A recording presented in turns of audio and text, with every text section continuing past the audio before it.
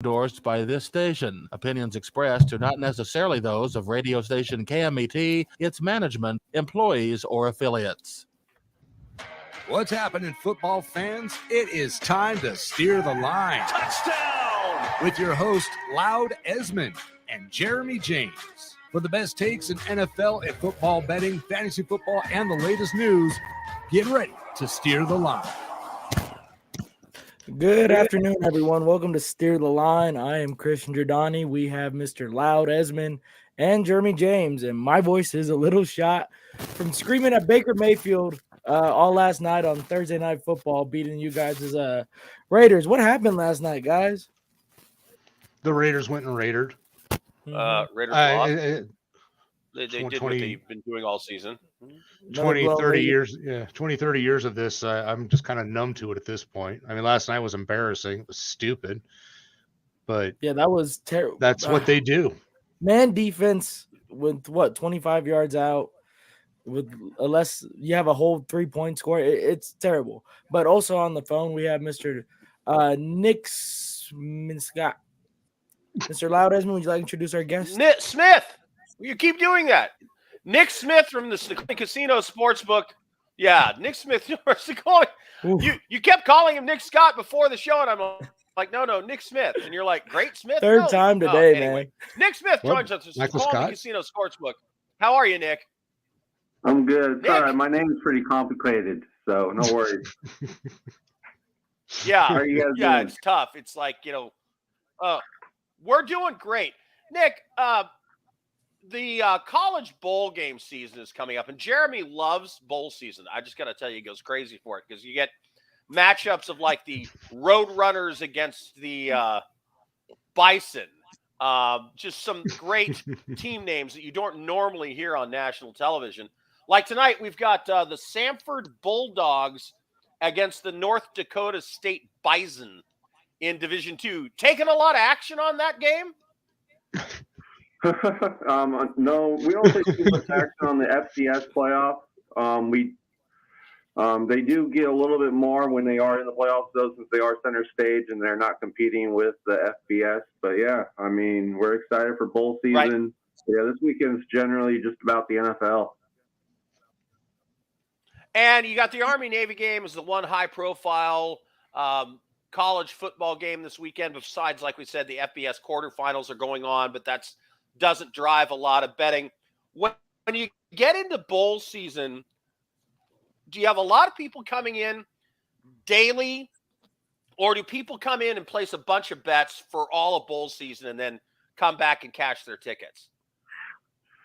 You'll have it's a mix. You'll have people, do their parlays, like their 8 to 12 team parlays, their long shots with all the bowl, like their favorite bowl games. But then they'll continue to come in throughout the bowl season every day and do like their straight bets because the lines will, move throughout each day. So it's a mix of both.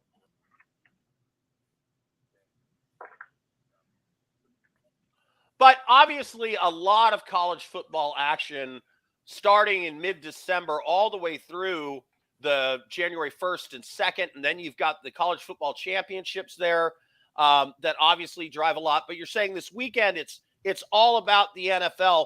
How are the local Seahawks faring? By the way, Snoqualmie Casino and Sportsbook, the closest one to Seattle. The Seahawks, I believe they have the Carolina Panthers in Seattle this weekend. Yes, That line, as I saw it last, was Panthers plus 3.5, Nick. I know there's a lot of home team support for the Seahawks. Are they still getting it? Yes, they are. They're still getting the support.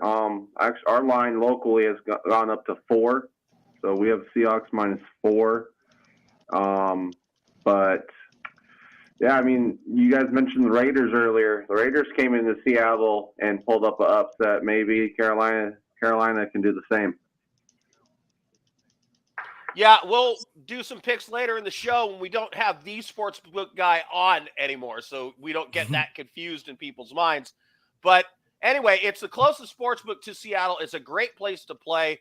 You can see my videos on their social media where I go out there and talk about whatever is hot in sports that weekend. I even did some World Cup stuff. And, of course, a lot of exciting World Cup action today.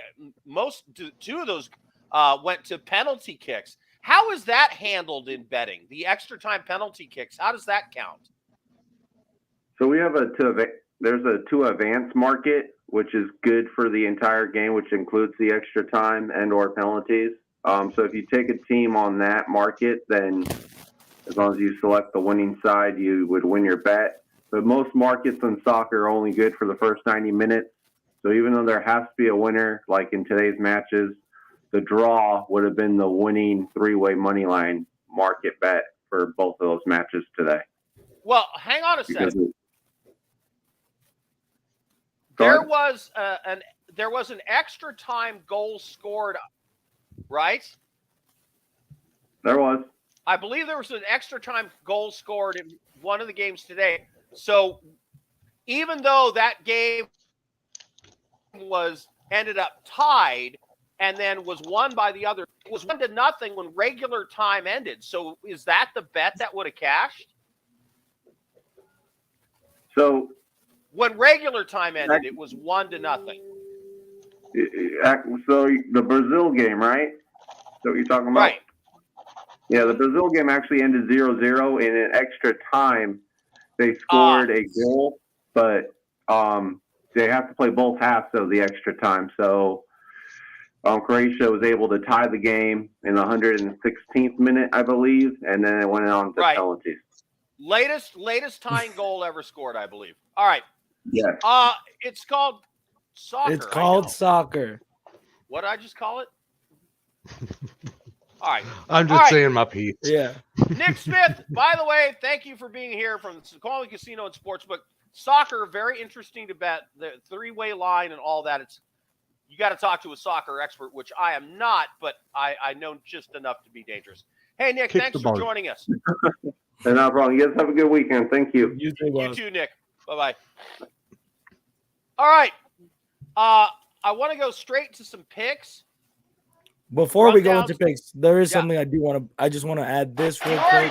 To give them more light deep down the sideline, and it is caught by Skoranek.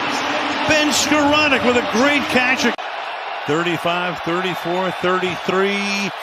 Mayfield throws. That's caught. That's a first down. Here's Skoranek to the 22. Now Mayfield gets up there. He's got to spike it here. 2nd and 10. Mayfield to the end zone to Jefferson. Is that possible? Touchdown. And I have the first ever Baker Mayfield jersey right here. Yeah. By the way, I had the Rams +6 in that game, and I am now 8 up and 2 down on my football picks starting last Sunday, and I've nailed all 3 primetime NFL games. So I'm on a roll, finally, on a really good roll, and it's just going to keep going. Before the picks, let's go to this. Jeremy, I saw another guy post today on Twitter. Somehow ended up in my I don't do Twitter much. Somehow it ended up on my alerts on my phone. Last season, Derek Carr will be the Raiders quarterback. And, he claimed I to saw have that like tweet. 1 million followers. Yeah, who is that guy? I don't know. He seems I very only saw it. impressed with himself and his number of followers. Yeah, I only saw it because someone I follow retweeted and yeah. Yeah, I just wanted to respond and say, 19-year-old Brazilian girls shaking their ass in a G-string get 1 million followers. So why don't you just shut up? I'm sure he knows else. But here's my question. Go ahead. Who is the better quarterback that will come in and play for the Raiders?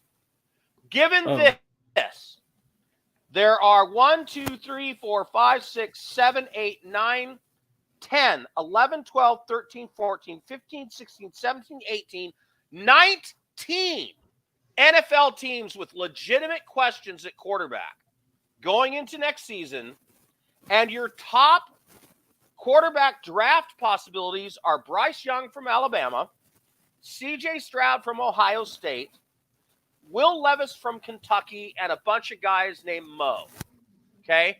There's not a sure thing NFL starting quarterback in that group.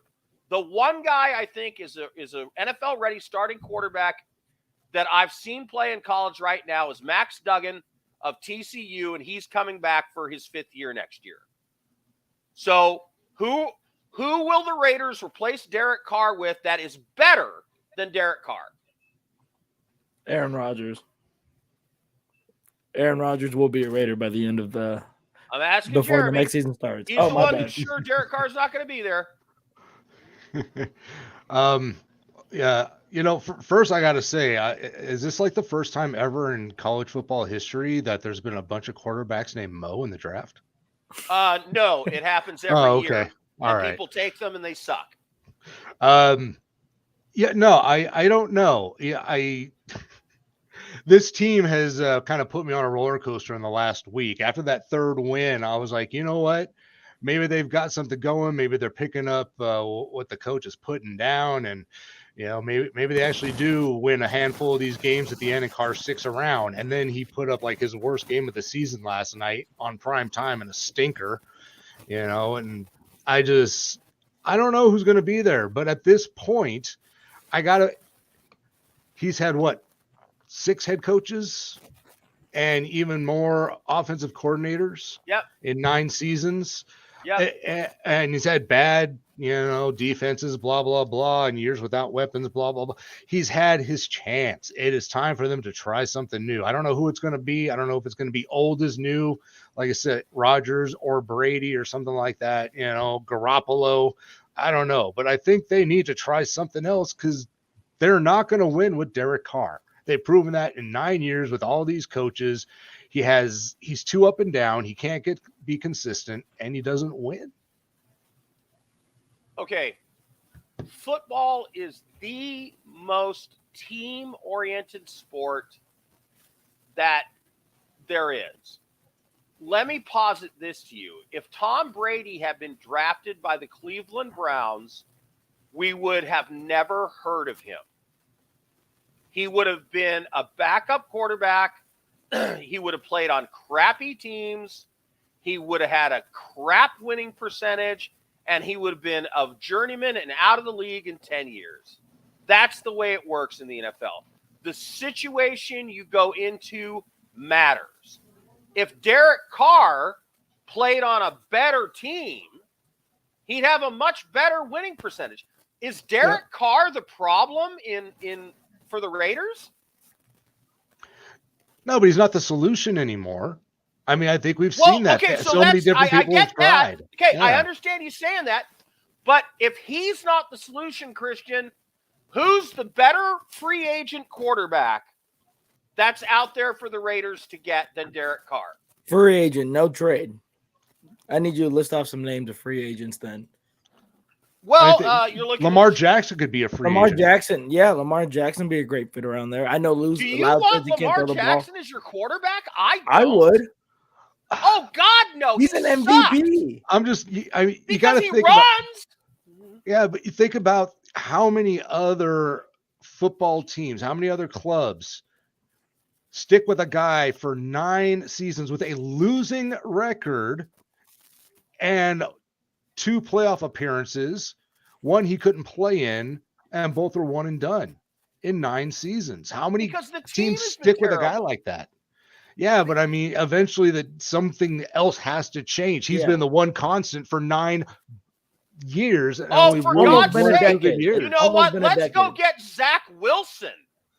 He might even get Daniel. You just need to change the scenery, man. That's it. But at what point do you move on from Derek Carr? The man has a losing record, and he loses games for this team sometimes. Last night, he could have played better. He had 130 yards, 2 interceptions. He looked bad. And I'm not saying he's perfect. No quarterback is, but we've seen this for 9 years now. I'm tired of defending Derek Carr. Let's get Jared Goff. Honestly, that's not bad. He's playing better than Goff. He's playing better than Carr. Yeah, he did take a team to the Super Bowl. With worse Carr can't even get to the He had a playoffs. great team around him. But Derek Carr has how been long surrounded by crap He has forever. How the long best do we keep receiver in building football. around him, though, and failing? 6 coaches have All tried right, to build around this guy. 6 coaches so- have failed with him. You have to learn the pattern eventually. Yeah. Man, I think you're all insane. He may absolutely stay not there. The problem in Vegas. But I don't think he's the problem, but he's not the answer either. We've been going back and forth on this. There's been one constant for the past decade in Oakland and in Las Vegas, and it's been Derek Carr. Yes, one constant. Bad coaching, bad decisions by the general manager, lousy drafts, and a turnover machine under center. And a turnover machine under center. He's not a turnover machine. He's one of the top 15 quarterbacks in the NFL. How many more coaches and coordinators and players do you bring in to build around Derek Carr because he's the best you can get right now? He's been the best you can get right now for them for 5 or 6 years. I guess how long do you just stick with, well, it's better than what we can get? I'll tell you this. Derek Carr is better than the Jets have, the Giants, the Commanders, the Bears, the Lions, the Vikings, the Texans, the Colts, the Titans, the Falcons, the Panthers, the Saints, the Buccaneers, the Broncos. I'm taking the Rams off the list. The 49ers and the Seahawks. There are 18 teams with worse quarterbacks than the Raiders.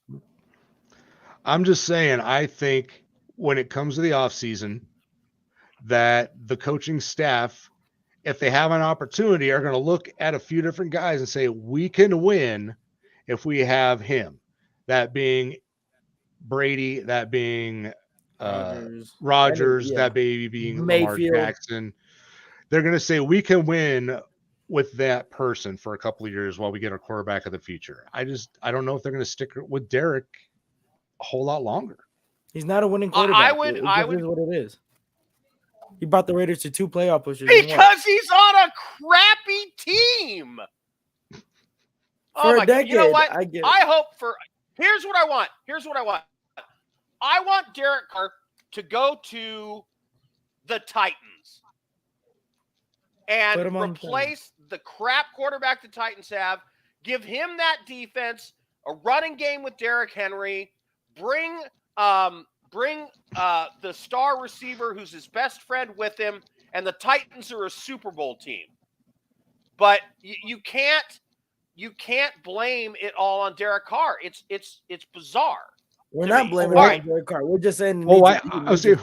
Why can't he win with a running back who's out playing Derrick Henry right now, or playing just as well, and or a top 3 receiver in the league? Because the coach doesn't use him correctly.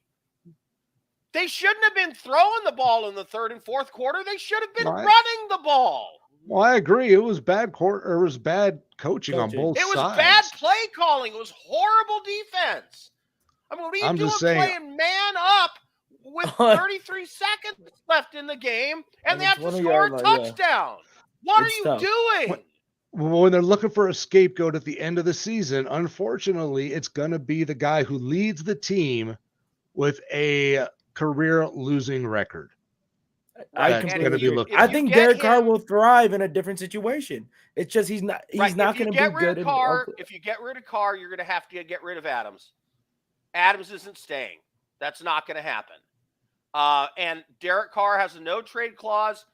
No, I mean the money he's owed. It's a mess in terms of trying to move on from him.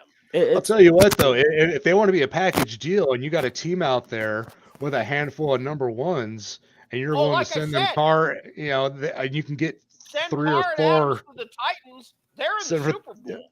You can get 3 or 4 first-round picks over the next 2 years for those 2. Adams? Can you imagine Derek Carr and Devontae Adams with Derrick Henry, with the Titans defense and the good coaching that they have and the stability of that franchise? Man. I want to throw this out there. We spent too much time on this. Yeah. All right. I just lost my thread completely. What QB comes to the Raiders? No, moving on. Picks. You want to do some picks? I do. Broncos plus 10 against the Chiefs. Plus 10 Jeremy. against the Chiefs. It's in Mile High. Oh, yeah, that's going to be a blowout. Yeah. Okay, Jeremy's the other way.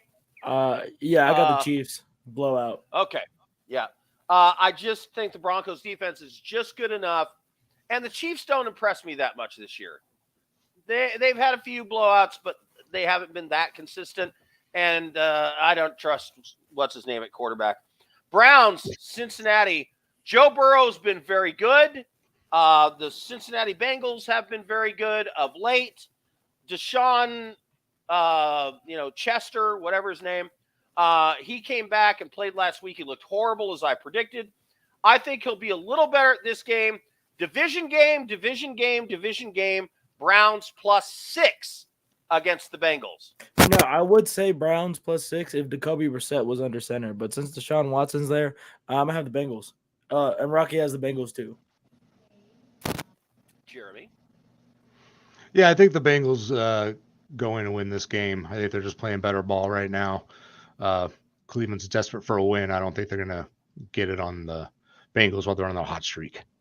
Lions minus 2 at home with the Norsemen coming in. I'm on the Lions. Rocky is on the Vikings. Jeremy? I think it's going to be a fun game, but I got the Vikings in this one. I do too as well. I think they're going to pull this one out. And, I know he's had a strange career, but what's his name in Minnesota plays Kirk Cousins. Cousins plays really well against Detroit. So, the thing is, though, anybody over the past decade has played very well against Detroit. Yeah, against Detroit. Just throwing that out there. The Lions, by the way, one of the hottest scoring teams in the league. Great offensive line, great running game. Goff, when he's not asked to do too much, is okay. The young defense has been playing a lot better in the past few weeks. The Lions, I got them winning at home, minus 2. Panthers, Lions have a winning record when they have 70-plus rushing yards. Panthers plus 3.5 against the Seahawks. I'm up here in Seahawk land. I'm taking the Panthers plus the 3.5 with Sam Ghost Darnold. I agree. Christian, what's your reasoning? They're in the hunt of a playoff push, and now the pressure is really getting on them. And this is around the time of the stretch where those I wouldn't say mediocre, but those middle-of-the-line teams going in have rough moments. There's going to be a lot of tension in that locker room coming in this week, and I think it's going to affect them scoring-wise. So I have Carolina in this game. They have nothing to lose. Simpler for me. None of their good running backs is going to be able to play. Mm-hmm. Walker's hurt. DJ is hurt. They brought in some fifth-string running back from the practice squad because they ain't got Jack at running back. And if they can't run the ball, then the play action doesn't work. I think the Seahawks are ready for their end-of-the-season fade. Jeremy, last word on that game. I like Seattle to pull it off at home. I do think they're going to fade. I don't think they're going to hold on to that playoff spot, unfortunately. But I don't know. I just don't see much in Carolina right now. Brock Purdy was the story last week for the 49ers. Irrelevant. I mean, you want to talk about two quarterbacks coming out of nowhere and winning games. Baker Mayfield and good for Baker. I think he's a guy who's been screwed over by the teams he's tried to play for. He's an idiot. He's got a 5-cent head, but he plays hard, and I like that. Plus, he headbutts people with no helmet on. So there's that. Bucks plus 3.5 against the 49ers. I actually have the Bucks here. Because all this kid has to do, Brock Purdy, after coming in and being basically unconscious because, he just got thrown into it and he didn't have to think about it, is now he's got to beat the greatest quarterback of all time, Tom Brady. Agree. I think the pressure gets to him. I do too. I think the 49ers win, but I think the Bucks cover. This is Tom's last stand. Jeremy. You mean until he's a Raider? But oh boy, I think it's a Niner. My money sees a Niner by the end of the season or the end of the year. Yeah, and I actually kind of like Tampa Bay in this one. I think the kid struggles more than we might think. So it's one thing to get thrown into it and not think about it. It's another thing to have a whole week to realize and have the you're pressure the starting come on quarterback for the 49ers against Tom Brady. Just saying. The Chargers +3 against the Fish is my pick. You know why? Because there's no reason the Chargers should stay anywhere close to the Dolphins, and yet this line is this low, which tells me somebody knows something. I like the Chargers +3 against the Fins. I like the Fish. You know, Tua Tilapia had a really rough week last week, so I think he's just going to bounce back and, have a good game. So, yeah, the Fish in this game, Tyreek got 300 plus yards. If you have the Fish in 1 minute. If you got the Fish and the Chargers, well, you've got a fish fry, and that's always a good thing. Jeremy, I got it just before I go. I got to say, if there is not a restaurant in Miami serving a Tua Tilapia fish sandwich, they are missing out. They have a whole marketing campaign right there. I think they, if they do, I want my royalties. If you've got the Chargers versus the Dolphins, the Bolts versus the Fish, you have to do a fish fry on Sunday night. Just saying. Final game I've got picked, Jaguars +4 against the Titans. I've been riding the Titans all year. They have disappointed me 3 weeks in a row. I like Jacksonville to maybe even win this game. I'm going to stay away from it. I don't really got much information, so I'm going to stay away. Jeremy? All right, I'm out, guys. All right. See y'all next week. See ya. See you next week. Go Raiders, go all right, football. That's all for this week for Steer the Line. Jeremy's got to go. We don't have a Rocky, and I've got more football to watch. And Christian, he's got to go eat dinner. Yes, I do. I'm Loud Esmond. He's Christian Giordani. Take us out, Christian. Thank you, everyone, for listening to Steer the Line on KMT 1490 AM. We'll see you guys next week. Have a good night.